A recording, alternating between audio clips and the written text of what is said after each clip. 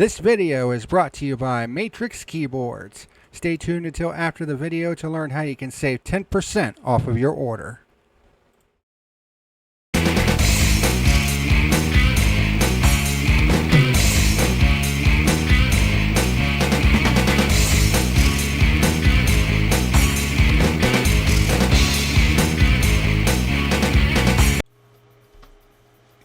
Hey, what's happening, ladies and gentlemen? This is the PackerMan. Welcome to today's edition of Burnt Rubber.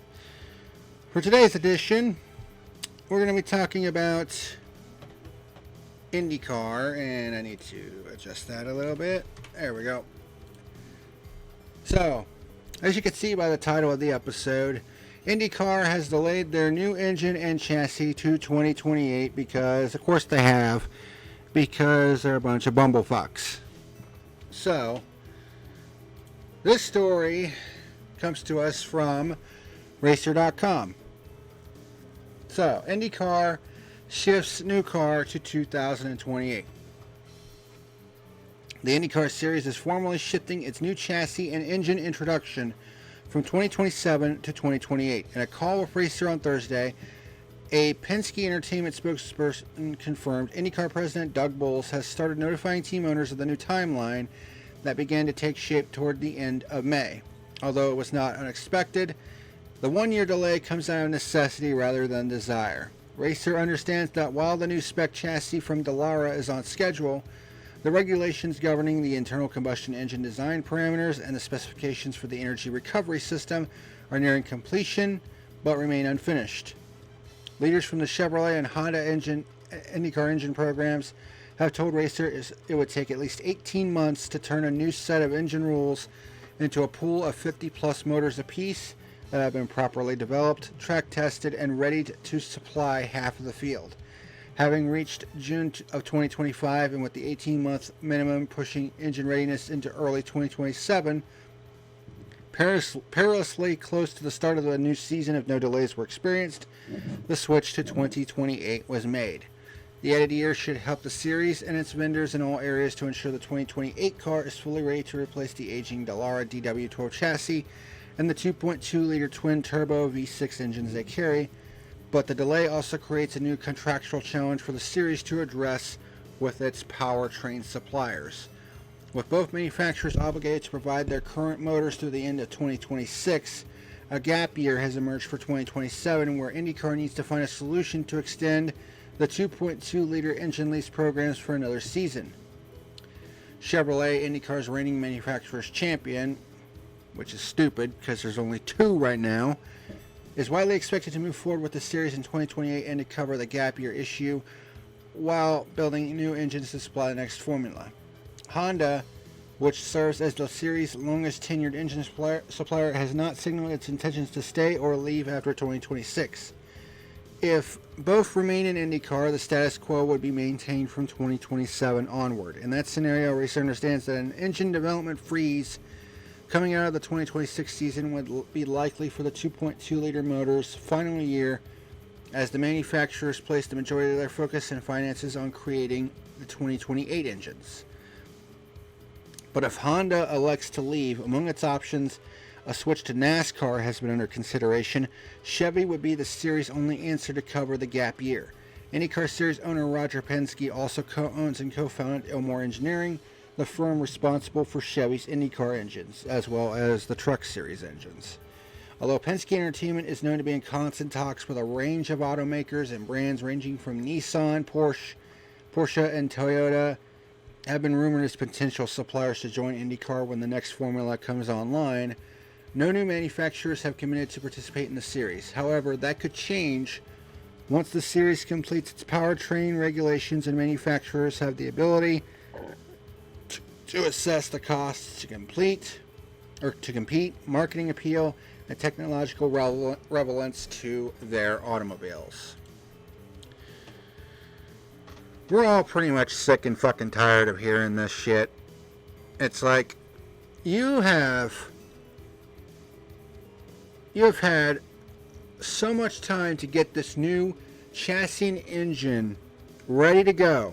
This new formula that you want to introduce into IndyCar. You want to replace The DW12. I understand that. It's an aging chassis. It's been around for more than a decade at this point, and I can understand wanting to update things and get things ready for the next set of regulations.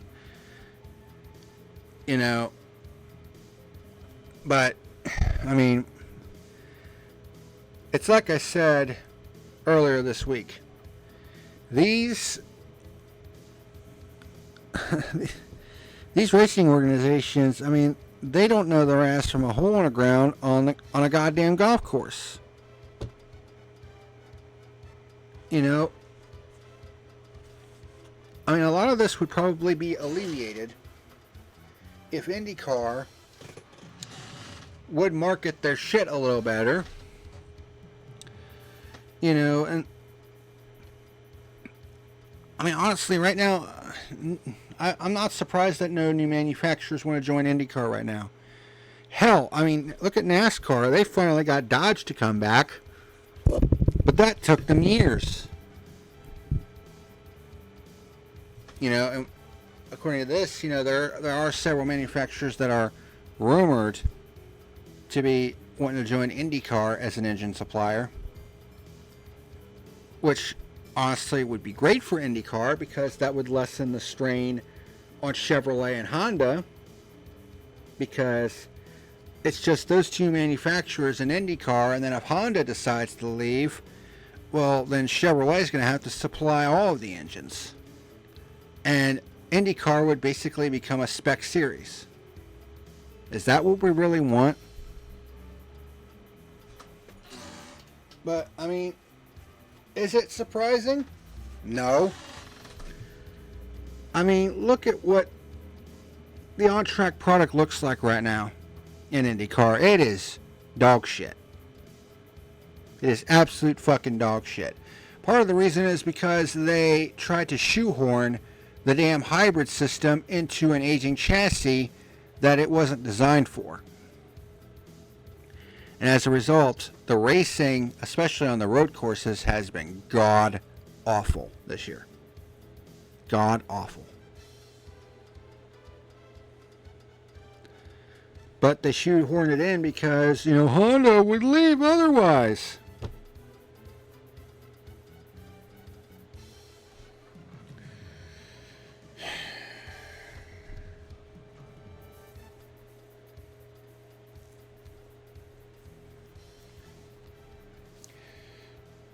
This is why I made the switch to covering IMSA this year, because right now IMSA doesn't have these kind of fucking problems. You know how many different manufacturers IMSA has competing in their leagues right now? 18. 18 different manufacturers competing in all of its series. I mean, why can't IndyCar and NASCAR kind of take a cue from those series? I mean, evidently, IMSA is doing something right, because they've pretty much been on the rise the last couple of years. Entries car counts have been going up. Attendance, a lot of tracks on the WeatherTech schedule have been seeing record numbers. Interest is up. I mean, IMSA's doing something right. So why can't IndyCar and NASCAR take a cue from them? I mean, I don't know.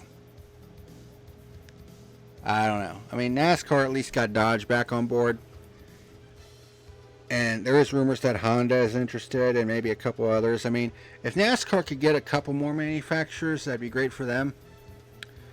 I mean, IndyCar definitely needs some new manufacturers, because just putting it all on just Chevrolet and Honda, I mean, it's just too much. Especially, I mean, a couple years ago, it wasn't that bad because the IndyCar field wasn't that big.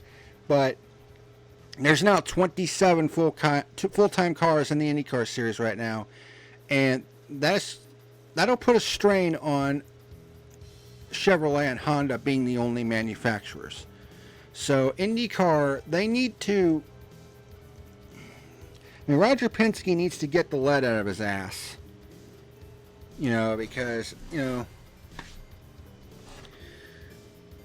because they need to do something, because confidence in the series and IndyCar leadership is at an all-time low right now. Especially when we're still reeling from, what happened in Indianapolis with Attenuator Gate. Penske being caught cheating yet again. That's still being felt. I mean, we're, 2-3 weeks removed? And that's still being felt. It's still being talked about. And that's going to have an effect on manufacturers wanting to join the series. So, they need to do something, because it's not looking good in IndyCar right now. I mean, the number of cars has increased to 27, which is good. And the Indianapolis 500 has a sold-out crowd, probably in the neighborhood of like 300,000, 400,000 people. And 7 million more on average watching on television. But they gotta try to get the rest of the series at least somewhere in the neighborhood of that level. Their marketing has to get better. And they gotta do something to try to attract more manufacturers to the series. That's just the bottom line. So, that's my 2 cents on the whole deal. I just think a lot of people are just sick and tired of hearing this shit. I mean, I don't know what the fuck Mark Miles is doing, because he's been the runner of this series for how many years, and he quite frankly sucks at it. I still don't understand how he's a part of things in IndyCar. He should have been gone a long time ago. But anywho, that's going to do it for this edition of Burnt Rubber. Just wanted to kind of get on here and get that off my chest, because IndyCar has been pretty frustrating this year, to say the least. But thank you very much for watching, and until next time, this is the PackerMan signing out. See you later. Hey, what's happening, ladies and germs? This is the PackerMan, let you know that tonight's video was sponsored by Matrix Keyboards. Matrix Keyboards was formed in 2018 due to the rising evolution of high-quality esports products. By clicking on the affiliate link down below in the description box, you'll be able to get great deals on high-quality keyboards such as Cotton Candy, Landmark, and Elite Series. It also has other cool items like mouse pads and mice as well. And when you go to checkout, be sure to type in the code PackerMan and you'll be able to save 10% off of your order. Matrix Keyboards, game and style. Hey ladies and germs, just want to say thank you for watching tonight's video. Be sure to hit that like and subscribe button, and also check out my other channels, Isaac the Survivalist and Our Honor Defend Archives, if you're a Buckeye fan. Thank you so much for watching, and I'll see you again next time.